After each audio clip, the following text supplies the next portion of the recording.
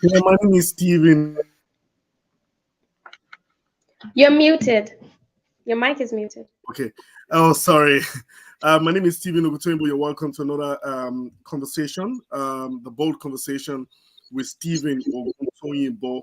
And today's show promises to be a very interesting one with my very esteemed guest from different parts of the world.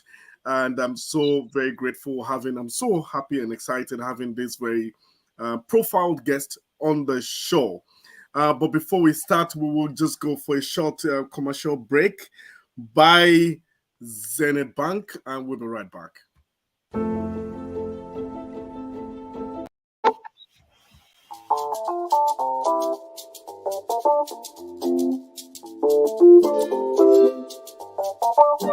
What see you there wait for?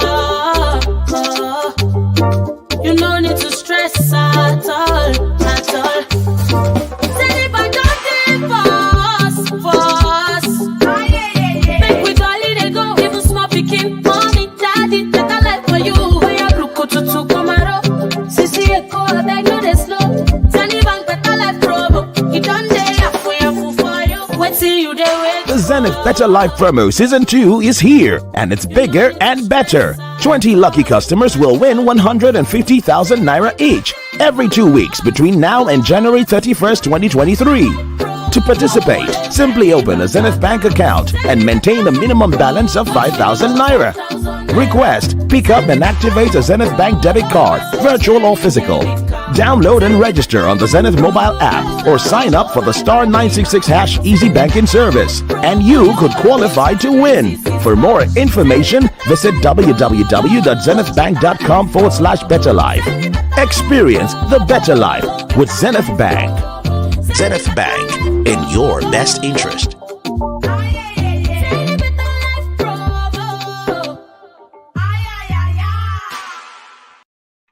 Welcome back from that short commercial break. And as I earlier introduced myself, and I have my esteemed guest. Already.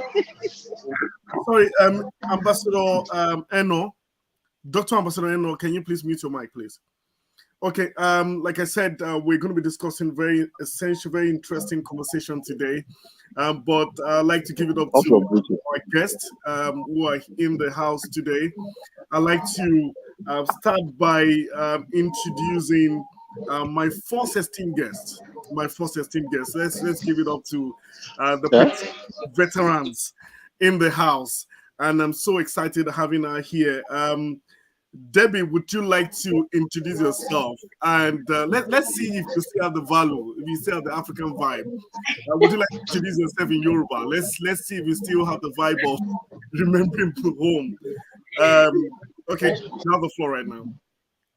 Okay, in Yoruba. Eka song gbogbo le orúkọ mi ni Deborah Olúwatósìn Awoyemi. I can't really say my job in Yoruba, but what do you do? You said how what? So what do you do? Can you just say that in Yoruba? No, you can say it in English if you want to. Okay, thank you so much. Well, first of all, I'd like to say thank you for bringing me on here. It's a privilege and it's an honor, to speak and on the stage with African individuals. Am I the only one hearing it? Okay. Sorry. Hold on. Okay, go ahead. Oh yes, thank you. Like I said, okay, thank you so much for bringing me up here on your platform. It's an amazing thing that you're doing here. Honestly, I must tell you, because I didn't even think that this was a thing, and I appreciate you and commend you for actually doing something like this. And thank you so much for bringing me on your platform.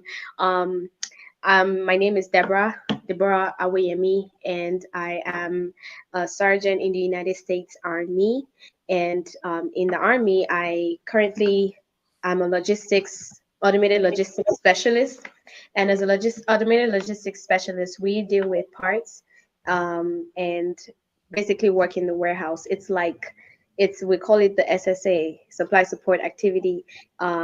This is where it's like the Amazon of the army. This is where all parts are being stored, and whenever we have other companies have something to receive, and we issue out parts and products to our fellow soldiers, right? And aside that, I'm also a veteran service representative in the Veteran Benefits Administration affairs, and I partner with other authorizers and decision review officers to give benefits to veterans who have served and given their time to serve the United States Army.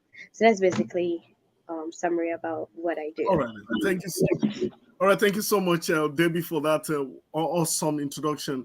Don't let me say, I remember the first day I ever met her, and I said, okay, this is a very, very intelligent dude, and you need to meet her mom. And I said, oh, is this your mom or your sister? Well, that's it. Very lively, Debbie, out of work. She's very active out of work. I'd like to also introduce my esteemed guest in person of Derrick Rollins from the world class. So, Miss Derrick Rollins, can you introduce yourself? Hi, Stephen. Thank you for having me. My name is Derreka Rollins. I am the CEO and founder of World Class Exchange here in the United States, based in Gary, Indiana. And I act as a liaison to international governments and connecting them to develop sister city relationships for the purpose of trading and exchange. Okay, then. Are you done? Okay. I would like to also introduce the only man in the house today, Ambassador Dr.Eno Praise. Eno Praise, are you there? Eno Praise, are you there?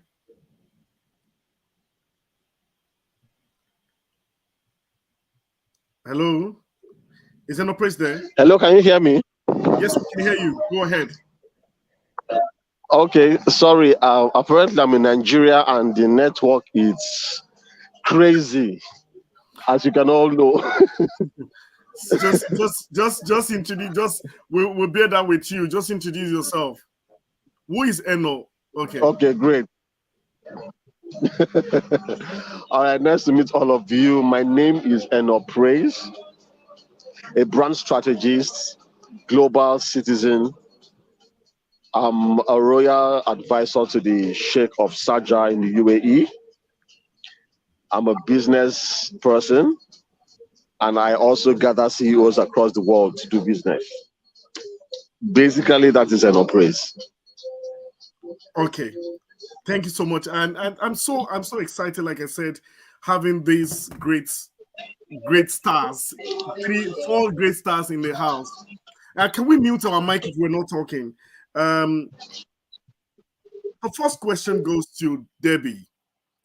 You are a born Nigerian. I don't know if you were given birth in Nigeria, but you're a Nigerian.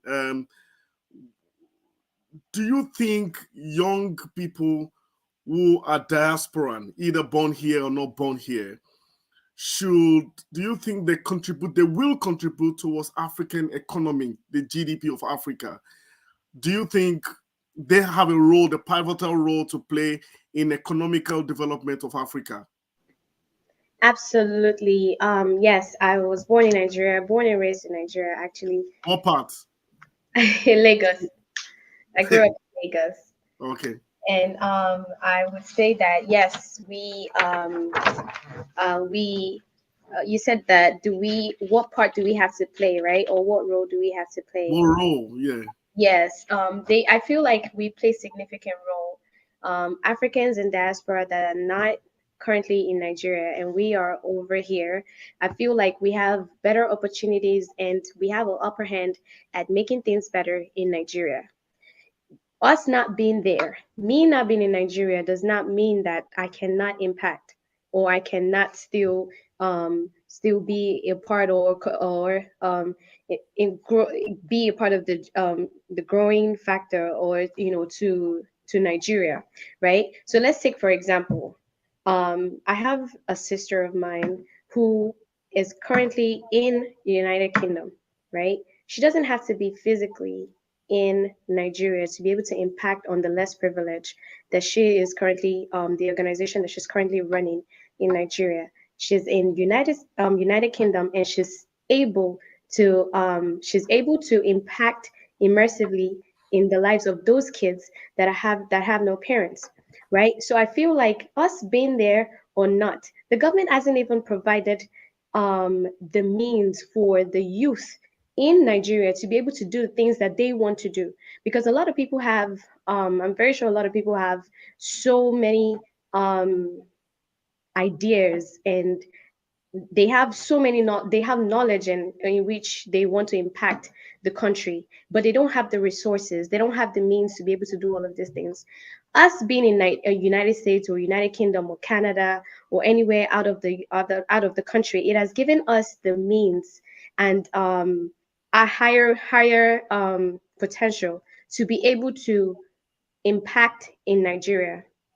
If I am in Nigeria currently and I'm working, I'm not going to have, or the finances, I'm not going to have as much finances as someone who is working in the United States. If you compare dollar to naira now, the price to dollar to naira is about $560, right? To naira. So, I mean, sorry, 560 naira to a dollar, right? If I want to impact in Nigeria, it doesn't cost me anything compared to someone who's living in Nigeria who wants to do but don't really have enough means to be able to do it. So I feel like us being here does not mean that we cannot contribute to the GDP, right? It actually helps and benefits the country and the people. If we over here, if we Nigerians in diaspora actually be a part of everything that is developing in the country. That's what I think. Okay, I'm going to go to Eno. Dr. Eno, do you think you live in Dubai and you live between Dubai and Nigeria? Do you think young people that you see, and I know you've traveled, you're well-traveled young ambassador for a young ambassador, well-traveled across Africa, Asia, and Europe. What significant role do you think young people in diaspora play in terms of creating an image, a new image for African development? For me, I remember the first time I ever came to America some years back, and I know the kind of sense of orientation people have about we coming from Nigeria or you coming from Africa. They have their mindset being built in terms of reputation wise. So what exactly do you think about this? Do you think young people in diaspora have been able to change the narrative? Or how do we play effective role in also changing the narrative? Steve, I think come again with that question. I didn't get it. There was network fluctuation. As young African diaspora, knowing fully well that people have a very wrong impression about Africa in terms of reputation wise. So how do we change that narrative?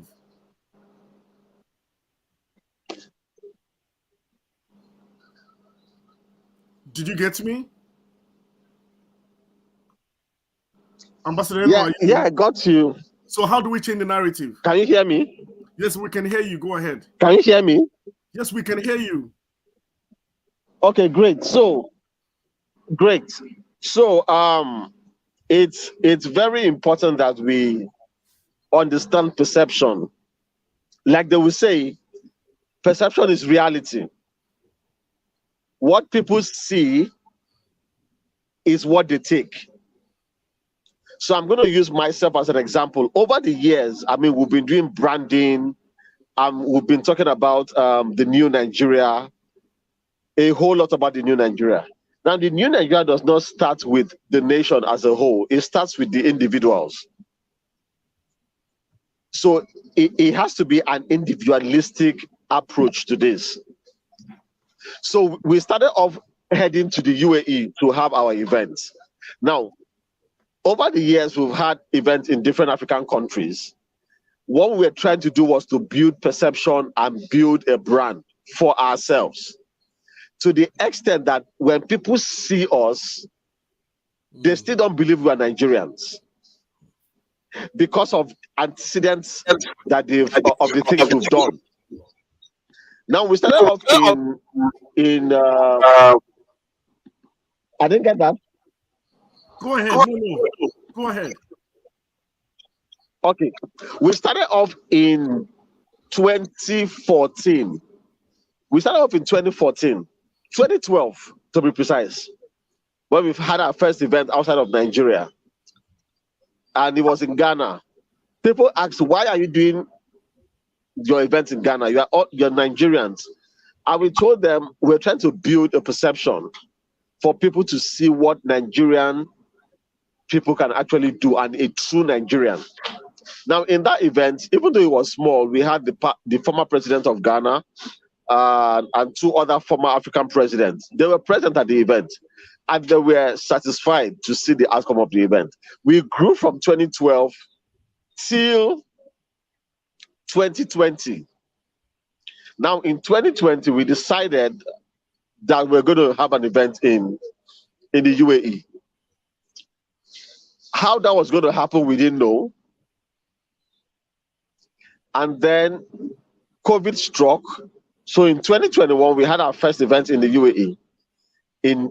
Not our first major event. Well, this was the major event in the UAE because we've had other events in the UAE, but this was a major for us because we were bringing in over 40 CEOs from across the world.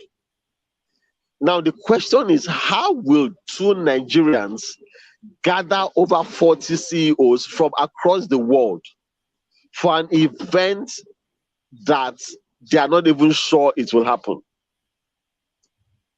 Perception is reality. We had to build the event as an international event.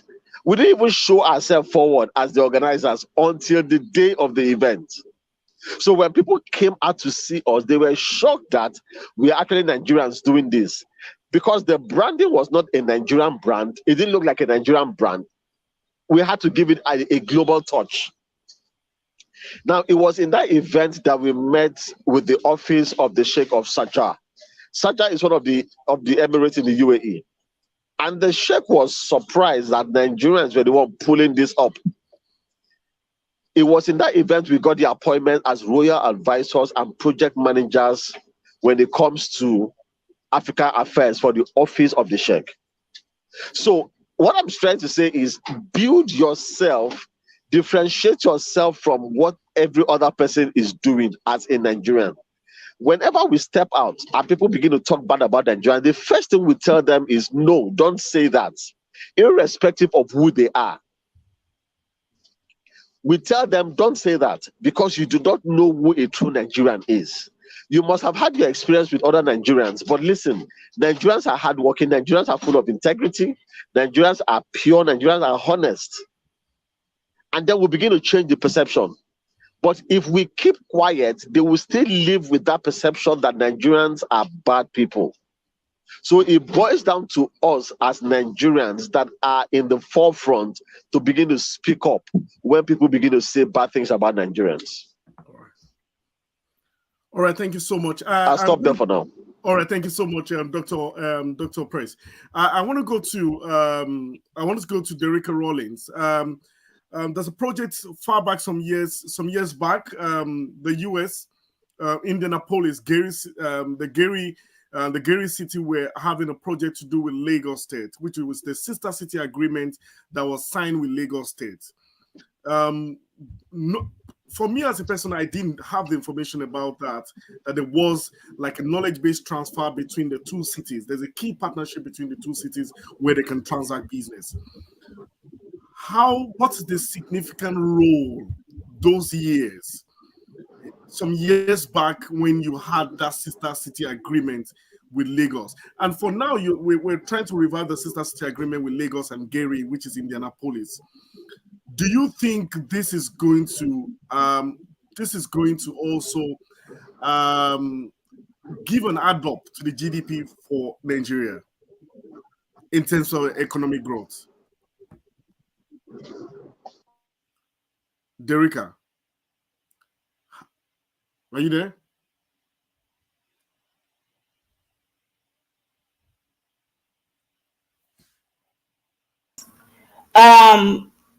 You asked a couple of questions. I want to make sure that I cover everything. Okay. In regards to the sister city, there is an issue that we have here in America, and this is something that I'm sure I've discussed with you prior to. There is a disconnection between Africans and African Americans. And with that disconnection, establishing those type of relationships is very difficult. And that's where I find myself now in getting African Americans to even understand the importance of developing a type of relationship where we are able to trade and able to have economic growth.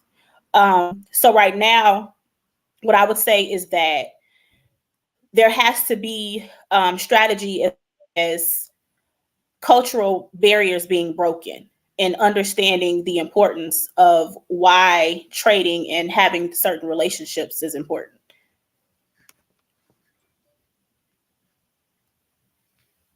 All right then. So that's why I'm asking: would the Lagos State Sister City Agreement project that's going to happen, or that has happened, and that we're going to start anytime soon? Do you think this is going to add up to economic growth for Lagos as a whole? It can and it will, once those cultural barriers are broken, once there's understanding of the importance of it. It's going to take a lot of work. I have to be honest with you.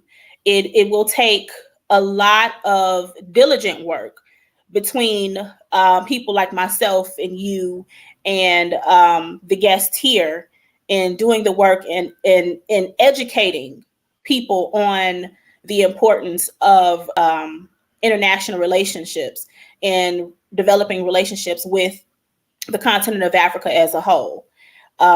Lagos, unfortunately, kind of has a bad rap. And I personally, myself, have learned that the reputation is simply that, a reputation is not fact. And so educating African Americans and governments here on really the truth of what Lagos citizens actually stand for and why it is important to do business for economic growth. All right, thank you so much. I'd like to take Debbie right now. What's your key message to government on improving businesses for young diasporans? So, in promoting, a lot of young diasporans are in different parts of America right now, and they're striving. You see, they are so excellently doing well in the area of health, in the area of mention any area that you can find them: finance, law, governance, and we see quite a number of our Nigerian folks who are also aspiring for public offices in the US right now.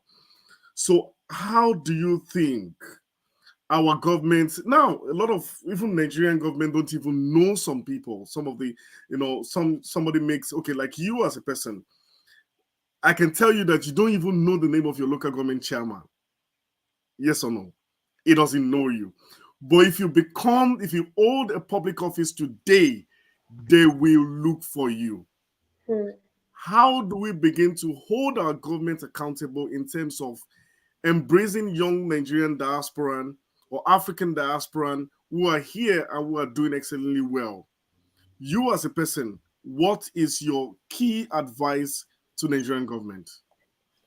Okay, thanks for that And question. be very blunt. Okay, well, I feel like the government need to be more involved, right?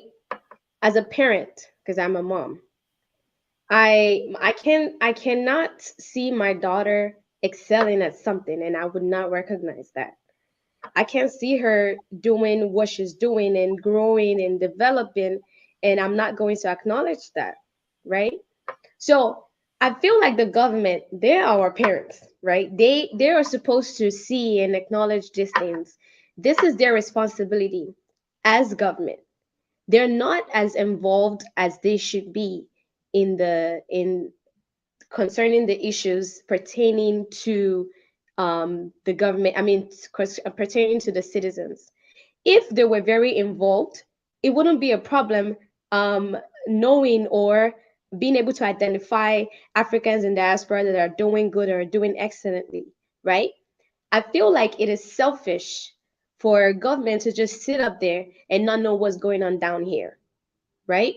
So they need to be more involved in the affairs of the citizen. There are a lot of young Nigerians that are doing great and excellently in their fields, both home and abroad, but they're never recognized by the government.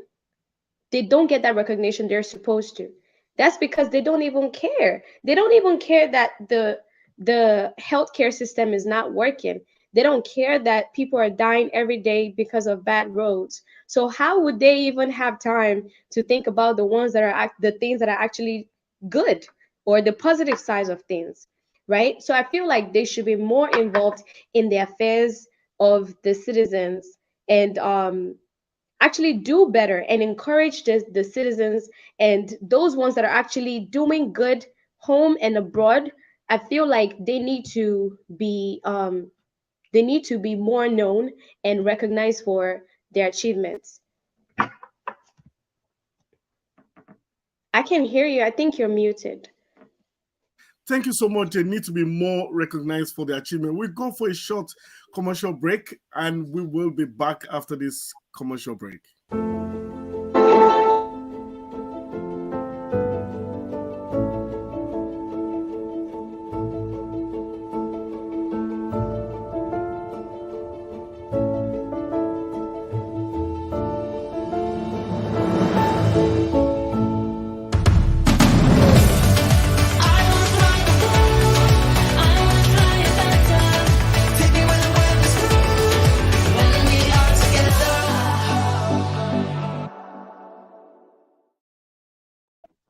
Welcome back from that short commercial break by Emirates, and fly Emirates always, and you would experience paradise in air. And so I like to go to Eno Praise. Eno Praise. What are the strategies? What are the practical strategies that you think you could give to government in terms of engaging young people in diaspora? For we see the health sector when we see sometimes in Christmas, during Christmas or festive season, especially Christmas, a lot of people come in from diaspora to help Nigerian government. Our governments are very arrogant. You know what I'm saying? What do you want to give to us? And they more or less like discouraged, because I've found a lot of my friends who have come back home. We came back home every Christmas to help the government, and the way they will frustrate them back, in not implementing this. How do we mainstream? What are your recommendations in terms of mainstreaming or engaging expatriates, who are in diaspora, in terms of finance, in terms of issues that we know we have in this country called, Africa? How do we begin to engage young African professionals in solving a lot of problems that we have in Africa? Eno. Okay, that question was for me. Yes, it is for you. Okay, great. So it's very clear and simple. How do the government begin to engage young professionals in the diaspora?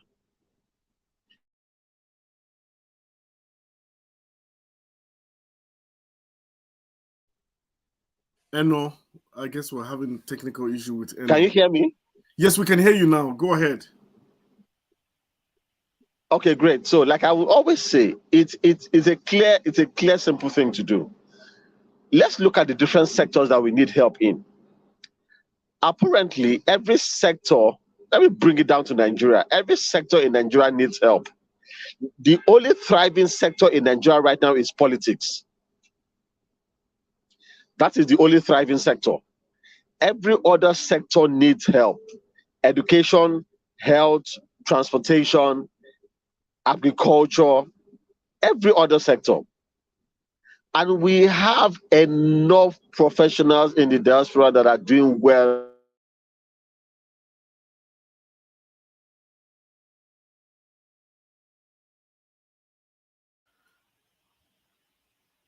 I guess we're having issues having him back. Yeah, that's a Nigerian lesson. Okay, that's one of the expatriates. We need more tech people to help us with our telecoms. Telecommunication. God. Go ahead. This is crazy. You see, go ahead. You see one of the issues we have.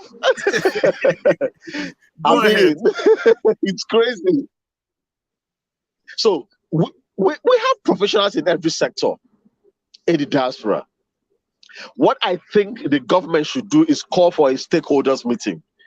Gather the professionals that are in these different sectors. Let's sit down. Let's have a town hall meeting. How can you help? The major thing we need in Nigeria right now and in Africa is infrastructure. Once infrastructure is in place, every other thing is in place. So we need infrastructure for ICT, we need infrastructure for telecoms, we need infrastructure for health, we need infrastructure for education, agriculture, every sector except politics. So there should be a town hall meeting where the government will sit down with these professionals in the diaspora and say, okay, hey, guys, we know you're professionals in this sector. We know you. Some of the diasporans and the professionals even have the funds to fund these sectors. Let them sit down with the professionals and find a way forward. The issue is this: the government do not want to find a way forward, so that they keep crippling the people to use that as a means to capture the people when it comes to election. So this thing is, what they are doing is systematical. They know what they are doing. It's intentional. Because they do not want those infrastructures to be in place, so that they use that as a point to keep capturing the people. I mean, for God's sake, you come up for elections, you fail the elections, and you do nothing for 4 years, and then you show up after 4 years and say you want to contest again, and then the people will start clamoring to vote for you. We need to hold these people accountable. So it's simple. It has to start from home. If a minister is in charge of a particular sector and budget has been released for that sector, let's go to the minister and ask, what are you doing with the funds that have been released for this sector? It's simple. We can't keep keeping quiet. We have to talk. We have to keep talking until we get the result, the desired result we need. So for government to engage with young professionals in the diaspora, it's simple. Let them call the young diasporans and young professionals. Let's sit down. Let's talk. We have solutions. We know people that have the funds to bring in and take care of this problem. But the question is the government ready?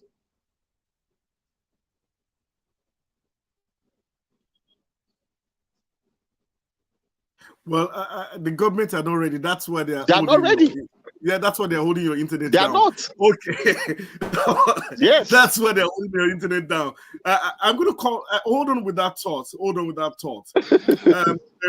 There is a message from Mark Amechi Emmanuel saying every sector in Nigeria needs help.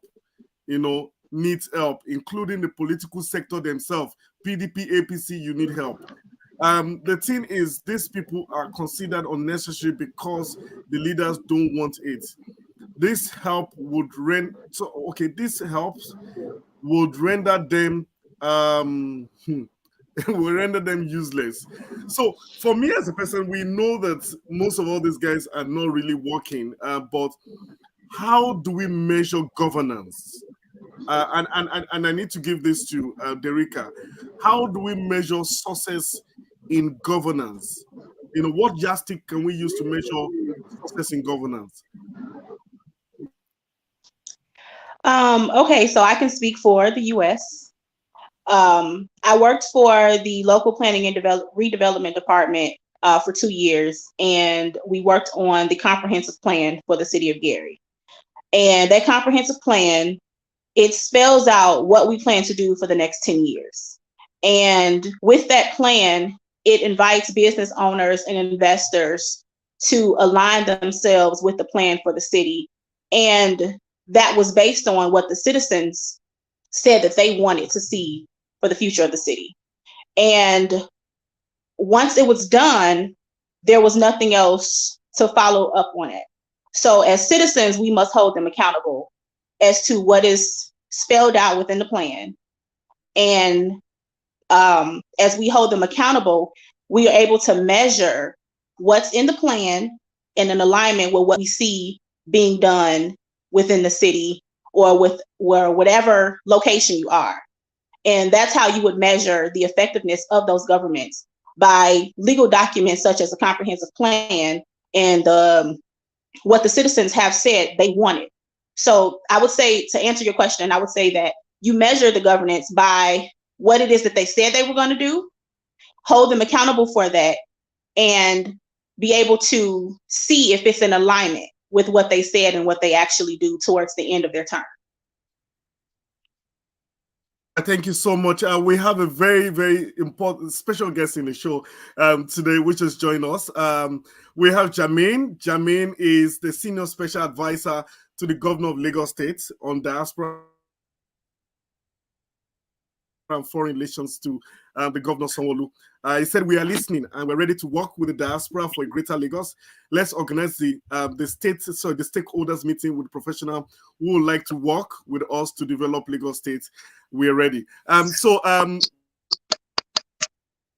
Jermaine, so you can reach back to us and then you can consult with people like Deborah. I guess they have some strong recommendations for Lagos State in terms of engaging young diaspora, and we'd love to reach back to you on this, and we will really love to reach back on you, reach out to you on this, and also work with you in terms of engaging young diaspora and the young diaspora community in terms of building a stronger Lagos, a working Lagos. So I'm going to go back to you. I'm going to go back to Debbie. What are your strong recommendations if you're supposed to have a one-on-one sit down with the governor of Lagos State? What are your strong recommendations? They are listening. They are here. What are your strong recommendations?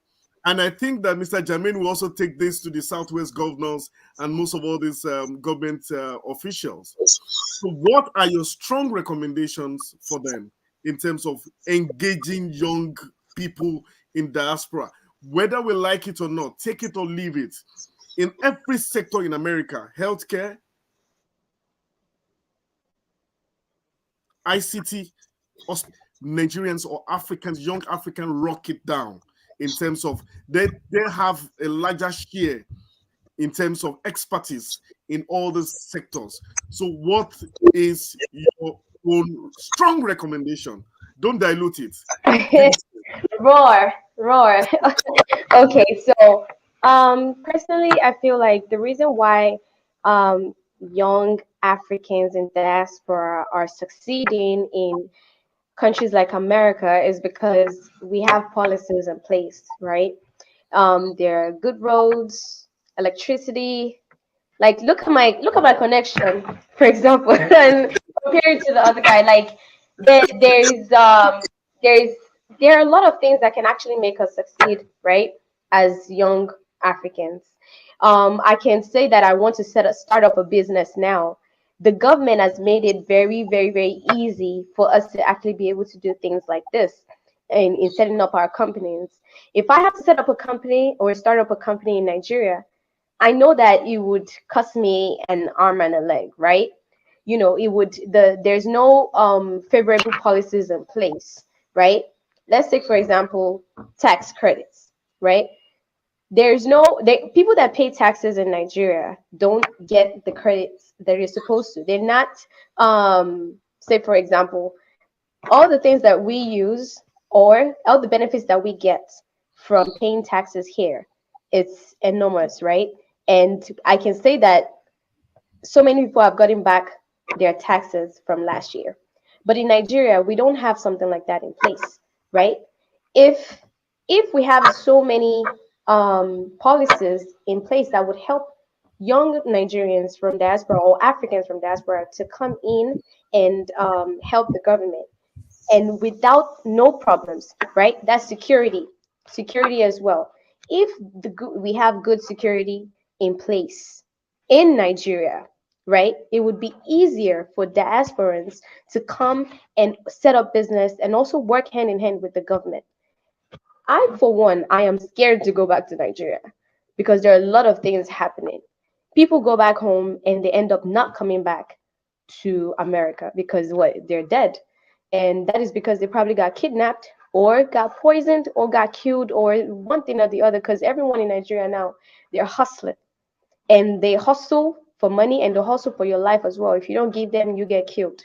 So it is not a very suitable community or environment to be able to run business. That's why most people don't want to go back home to do anything.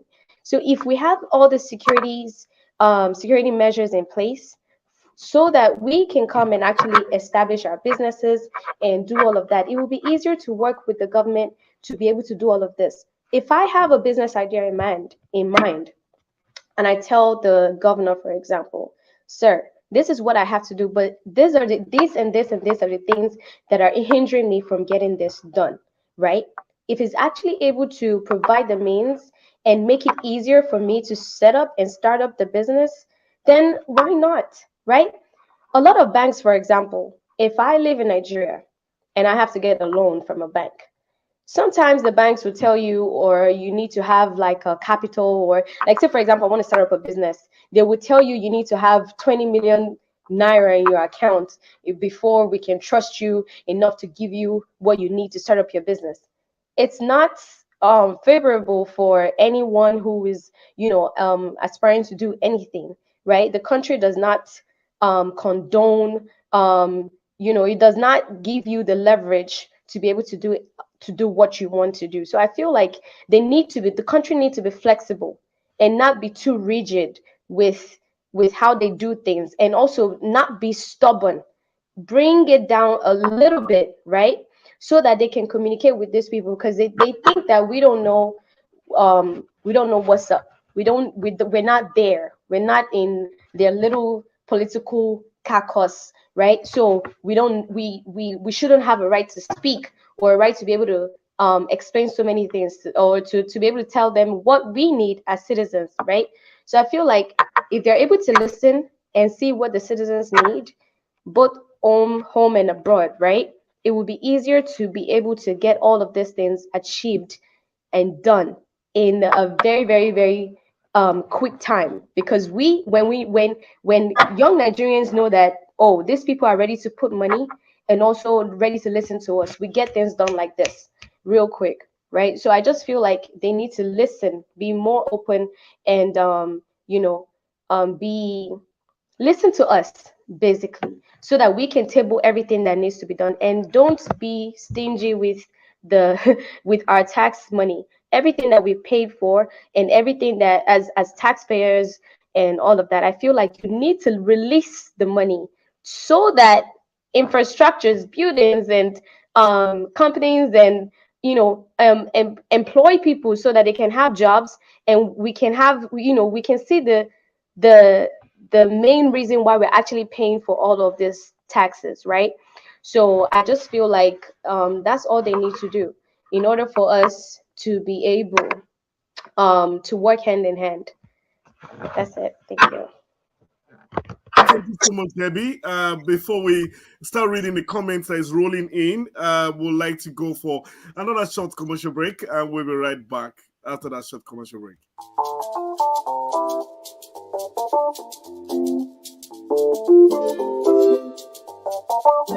What till you they wait for?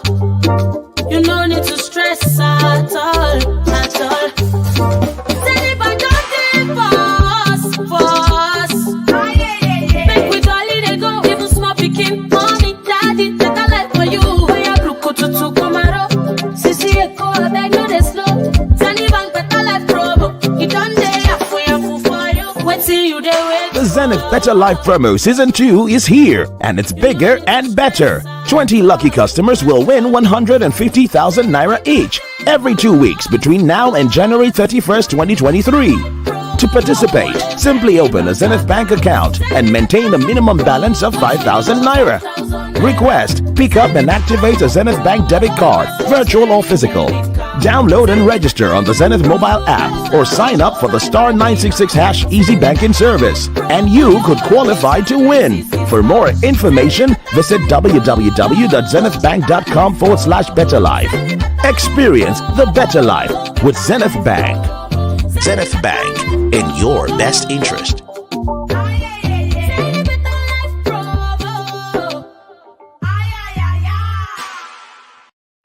Zenith Bank in your best interest. All right, thank you so much. We'd like to also read some of the comments that's coming in. Bad governance actually messed up the whole nation down. We all know that hopefully this go viral to recognize the impact of citizens in diaspora that are talented and successful. This also, I'm trying to get Mr. Jamin Sanwo-Olu on the show right now so he can answer one question young diasporan have been asking. Why will we, as young Nigerian diaspora, we will not vote? We need to count. Our vote need to count in the next coming 2023 election. So I'd like to read another comment saying that they should allow them impact knowledge into the system and other citizens. And then Reverend Makinde said something. You are so correct, sister. No one wish to go to Africa, not for anything.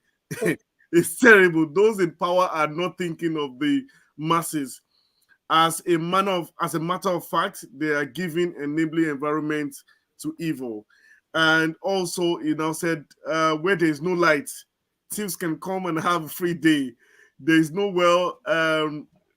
police have been paid, no healthy mobility. How will police fight crime? Government encouraging for police station to be using generator. It tells you that even NEPA office to be using generator, there is trouble. There's trouble in the land. We're trying to also bring in Mr. Jamin. So this question goes to what else? Eno, and I guess Eno is supposed to goes to Eno. I'm going to ask a question. Do you wish to invest back in Africa?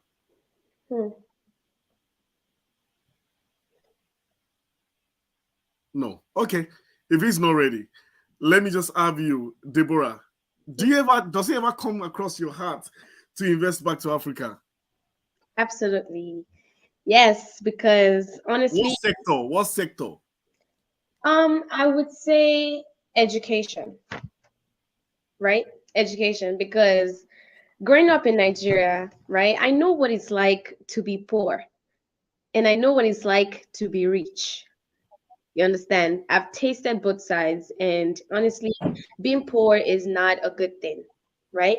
And sometimes the reason why I would like to invest in education is because the basic things that the government are supposed to give us, are supposed to give its citizens, we don't have that.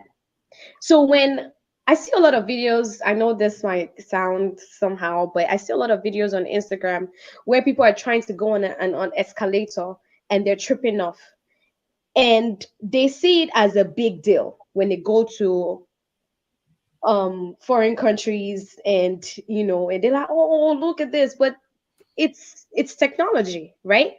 But because they haven't seen it in Nigeria, because they're not aware, they're not exposed, they're used to bad roads, they're used to things not being good, right? They feel like poverty is the norm. So when they're exposed to some basic amenities, just like you coming to America and you're seeing that there's light 247, you feel like, wow, this is golden, right? And that's ignorance. That's because you don't know, and your government has not given you that opportunity to be able to experience such. So you feel like having good roads, having good lights, or having access to little things having, being able to go to work, wake up in the morning, go to work, and not spend 3 hours on the road because of bad roads, having good transportation system. Those are basic amenities. So I feel like if me personally, God provides for me to be able to get start up with, I feel like we need to start up with our kids, right? So when we invest in the education system in Nigeria, and all of these things are exposed to them, instead of just them going to school and learning all this calculus for the maths and things that are not even, they don't even use it at the end of the day, right? Teach them basic things, and start from local government and education to be able to educate these kids on basic things, on basic amenities, so that it would not look like something new to them, right? I feel like if I'm able to invest in little kids, and because it's whatever you teach your child, whatever you invest or whatever you pour in a little baby, that's what they end up knowing, right? So if they grow up to know that corruption is normal, stealing is normal, taking what does not belong to you is normal, because you don't have the basic amenities. I feel like we need to start sowing that seed from young, catching them young, right? So that by the time they grow old, those are the ones that would now hold those positions that this old men are currently holding, so that they'll have a better knowledge and better understanding of how things should be, and put those things in place, because they know that these things are basic amenities, so it needs to be done, and they would get it done, right? Because obviously they feel like the Nigeria we are now, that's the way it should be, and that's not the way it should be. So if they're exposed to things like this, right? Maybe coming to school, exposing them to games, like normal stuff that every other country, just like the sports system, like the only sporting activity we have in Nigeria is probably soccer, and I think some people play basketball and sprinting, right? That's basically the only thing. They don't do volleyball. They don't participate in bowling, or maybe other gymnastics, stuff that they're supposed to be participating in. And that's because they're not exposed. We don't have enough resources or equipment or amenities to be able to get all these things done. So I feel like if our education system or educational sector have things like this in their schools, they can practice, they can use all of these things as a normal stuff. By the time they grow up, they would implement all of these things, because by the time they get up there, they can join politics and try to build infrastructures, things that our fathers and forefathers could not do, right? I feel like investing in the generations that are coming after us, right, would be the best thing for anyone to do. That's like the best investment that you can ever invest in. All right, thank you so much. Holding government accountable. And I saw that the senior special advisor to the governor of Lagos State was on the show, and I sent him a message immediately. I said, I need you on the show right now. And to my shock, he sent me a message on LinkedIn, and here he is. This is the senior special on diaspora for would I call him doctor? Okay. Governor Babajide Sanwo-Olu. Mr. Jermaine Sanwo-Olu, what are your strong recommendation for you? You are in government, so what do you think can be done? But one sensitive question we need to ask you: come 2023, election is coming up, and young diasporan are asking a very vital question, they play a pivotal role towards the GDP of any economy, because the money they return back home. So do you think, because they're asking a question, how will our voice be heard? How do we get included in the come 2023 election in terms of voting? Do you think this is a realistic, or we're just daydreaming in terms of how do young diasporan vote in terms of getting credible leader for the next 2023 election? Well, fantastic. Thank you so much for giving me the opportunity to be part of you on this program today. And I really enjoy the conversations and the comments from every single contributor today, and also the commenters. Well, to speak on your first question, well, I'm part of the Nigerian Diaspora Voting Council that was set up to try and push diaspora voting into the bill that was passed recently by President Muhammadu Buhari. But unfortunately, it did not pass the second reading, and it was turned down. But that does not mean the government is not in support of diaspora voting. President Muhammadu Buhari is committed to that. But I believe the modalities to ensure that happens before the 2023 elections would have been a monumental task. That being said, we are not oblivious to the fact that INEC already helps other nations in conducting diaspora voting in Nigeria, and has also supervised in other nations too. So diaspora voting is possible, but just in 2023, it may not be possible. Maybe the next president of Nigeria, I'm sure you know who I'm voting for, will be able to put it into being. But how can the diaspora contribute? The diasporans have a lot of influence.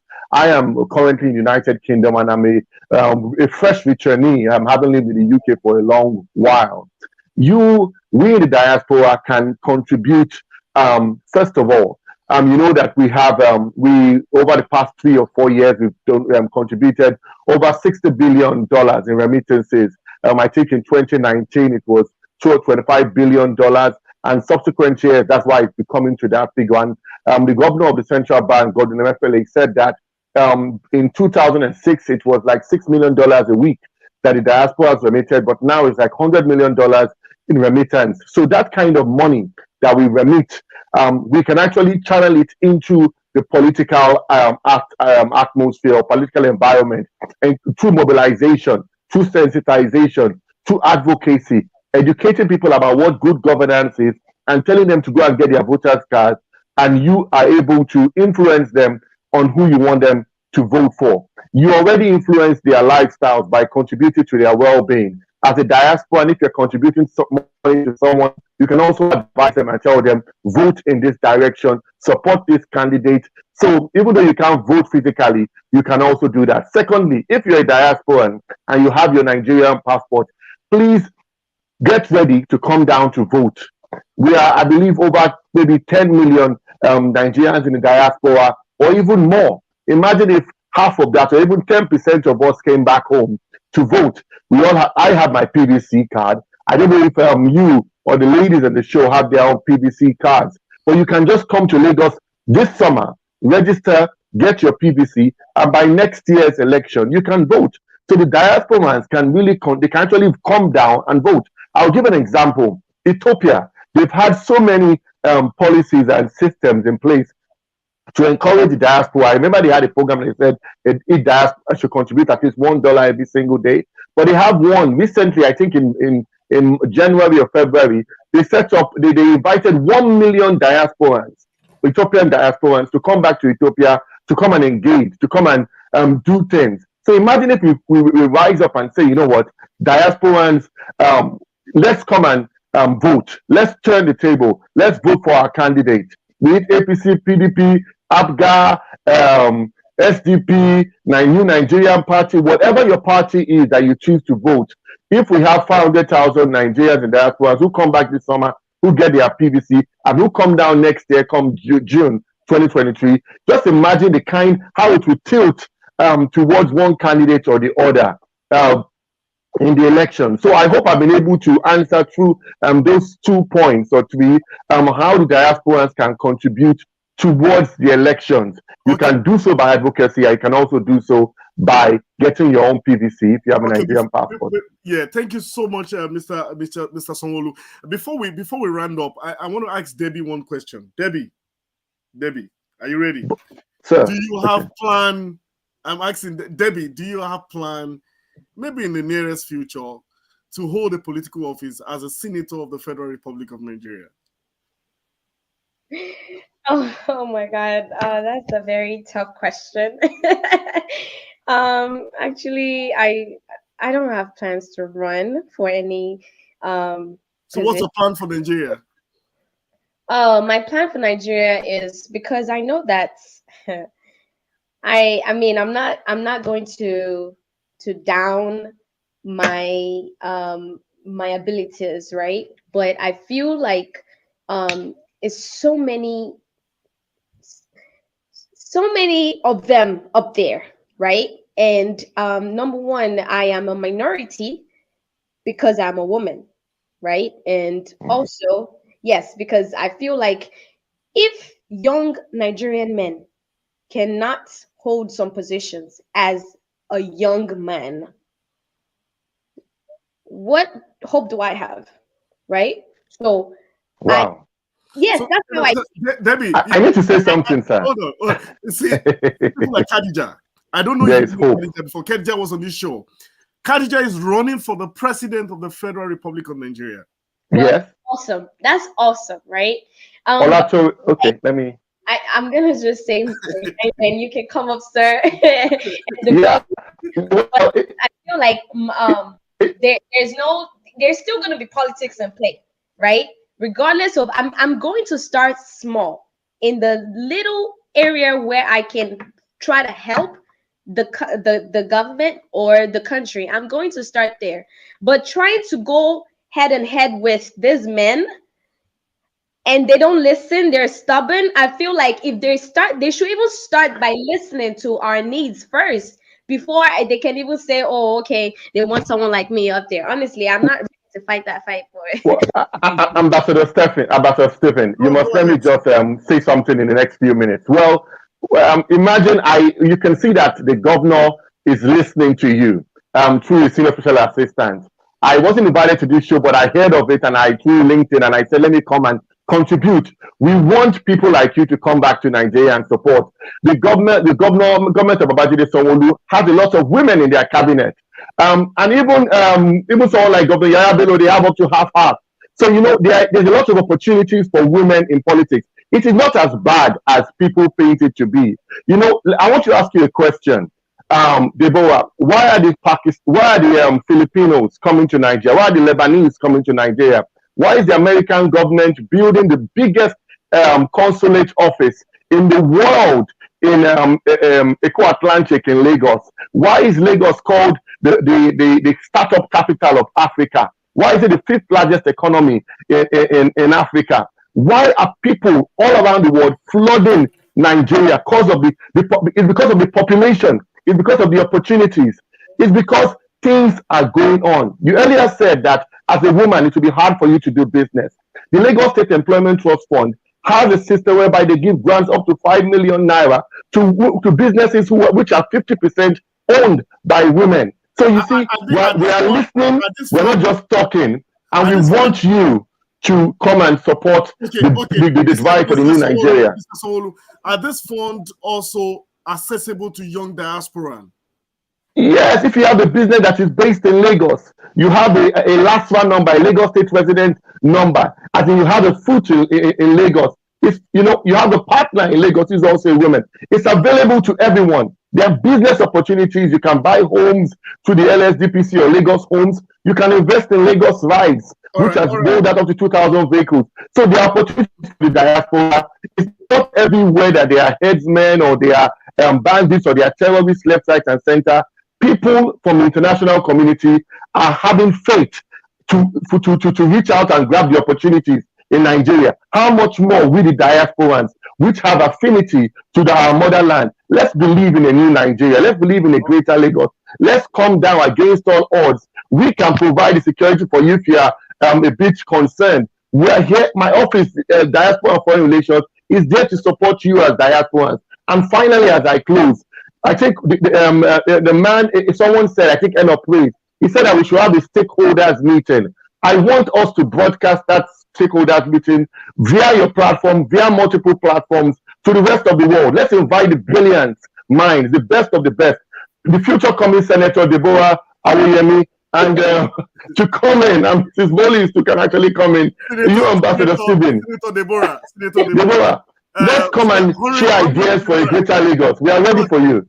Okay, thank you. Honorable Deborah. Okay, before Honorable Deborah, I'd like to have Derrick Rollins. What is your strong last recommendation for young people in Africa? How do we light up hope in them as we round up the show?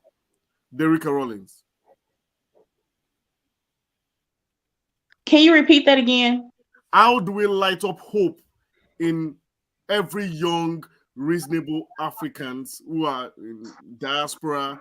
Give them hope that something good is coming back, and then we can see what happened in Ghana. There was a big, interesting homecoming 2 years ago or last year, where we had Akon and a lot of them come, and you see the GDP of Ghana went up. How do we do this? What to simply put it, they have to see. They have to see action. They have to see something. You know, you can say all day long what you will do, what should be done, but until they actually see it, there's not very much hope given. So there has to be a collective of people like us on this panel right now, putting action behind what we're speaking about and showing them that it can be done. All right. Thank you so much. Ambassador Eno, praise. What are those strong recommendations as we round up this show? Eno, are you there? Yeah, I can hear you. So what are your strong recommendations for young people across African countries, or probably young people in diaspora? All right. Well, as everyone has said, first things first, enough of manifestos. Let's begin to see manifestations. Let's begin to see things happen. People are attracted by what they see. As the saying goes, action speaks louder than words. Action. People want to see action. Let us see action. Let us see things in motion. Let the young Africans see things in motion. And then trust me, they will begin to come home. And most importantly, like I said earlier, we need to have that stakeholders meeting. We need to have that town hall meeting. Let's gather the diaspora, the Nigerian diasporans. Let us gather back home. And then let us begin to sit down and chat a way forward. Because the truth is this: we can't all run away from Nigeria. Nigeria is our homeland. We have to build it. We have to raise it. So enough of manifestos and talkings. Let's begin to see manifestations. All right. Thank you so much. No manifesto. Manifestation is needed. Let me have a final thought from Mr. Sanwo-Olu. What's your final thought as we run up this show? That was a good word. You know, no more, not just manifestos, but manifestations. And I'm glad that in the popular saying, we are a talk and do government in Lagos State. And I will encourage us that I believe the Diaspora Days around June 2022, I think 25th or something, we can confirm that we should come back and let's have that engagement meeting in Abuja and also in Lagos. We'll be welcoming you. But again, we are going to have a digital stakeholders roundtable based on what the feedback I'm getting from PU, Great Patriotic Nigerians. And let's organize this thing. Let's begin to have ideas for a greater Lagos.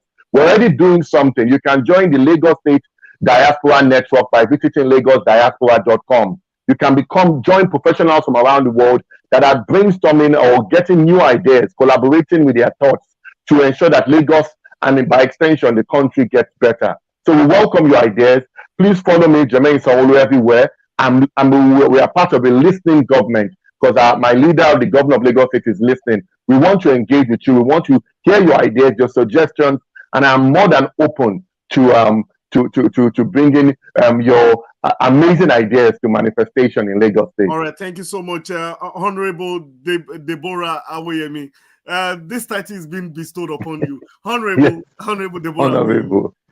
So so you can get a honorable seat in Lagos. Okay, Honorable Deborah Awoyemi. Yeah. Come down, man. We look forward to having you. Yes, sir. I appreciate that. Thank you, ma. So what's your final submission as we round up this show? Well, thank you for bringing us here, and sir, Mr. Sonwolu, I appreciate you listening.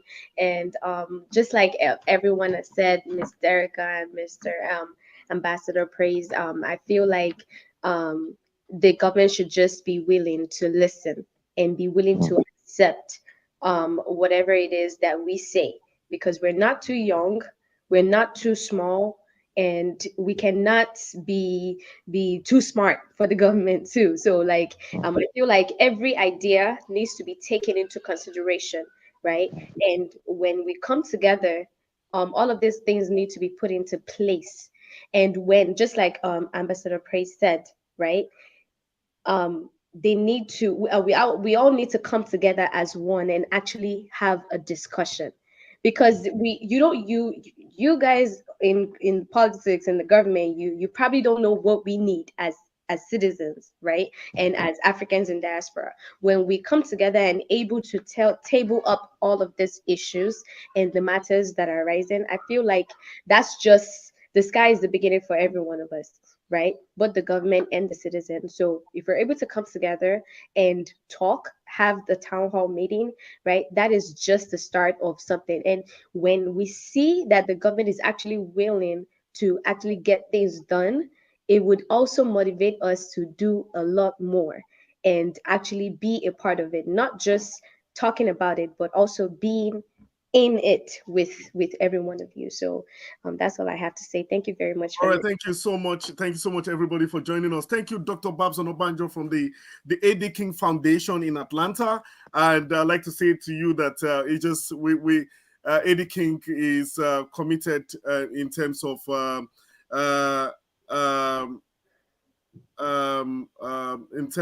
getting leadership in place. So I know they're also going to partner in terms of how do we engage diaspora and young professional. Thank you, Reverend Makinde, for your very honest and holistic opinions, and I respect that, and everybody who has joined us on the show today. And thank you, Reverend Makinde. We'd like to have you on the next dialogue that we're going to be having, which is the bold conversation again. And so we'd like to say thank you, Olatunde Akinsoya. Thank you, Adenike Robinson. Thank you for everybody who has joined us on this show. Michael, Maxwell, Zane, Teniola, Omotola, Florence, and for everybody who has joined us across the world, from different parts of the world. Thank you so much for joining this week bold conversation. This bold conversation reaches you next week, Sunday, same time, which is 3 p.m. New York time and 8 p.m. Nigerian time. Please, thank you so much for everybody. Derrick Rollins, thank you so much every time for when we call you at any time at midnight and I send you a message, please join the conversation. She's there to join the conversation. Ambassador Dr.Eno Praise, the Chief Priest Consultant.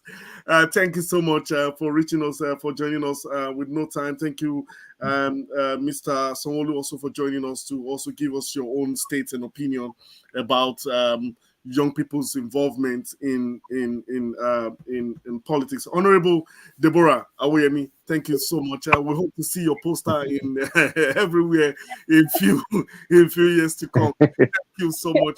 Thank you for everybody who has joined this conversation.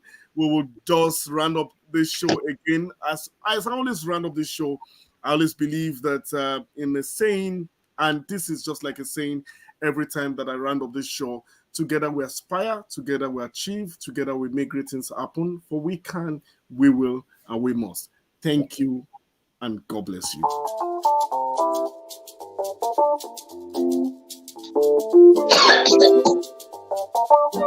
Wait till you dey wait for. You no need to stress at all. Say if I don't give us. Make we dolly they go if it's not picking mommy, daddy. Better life for you. We are look to come out. Tell you better life promo. You don't dare for you. The Zenith Better Life promo Season 2 is here, and it's bigger and better. 20 lucky customers will win 150,000 naira each.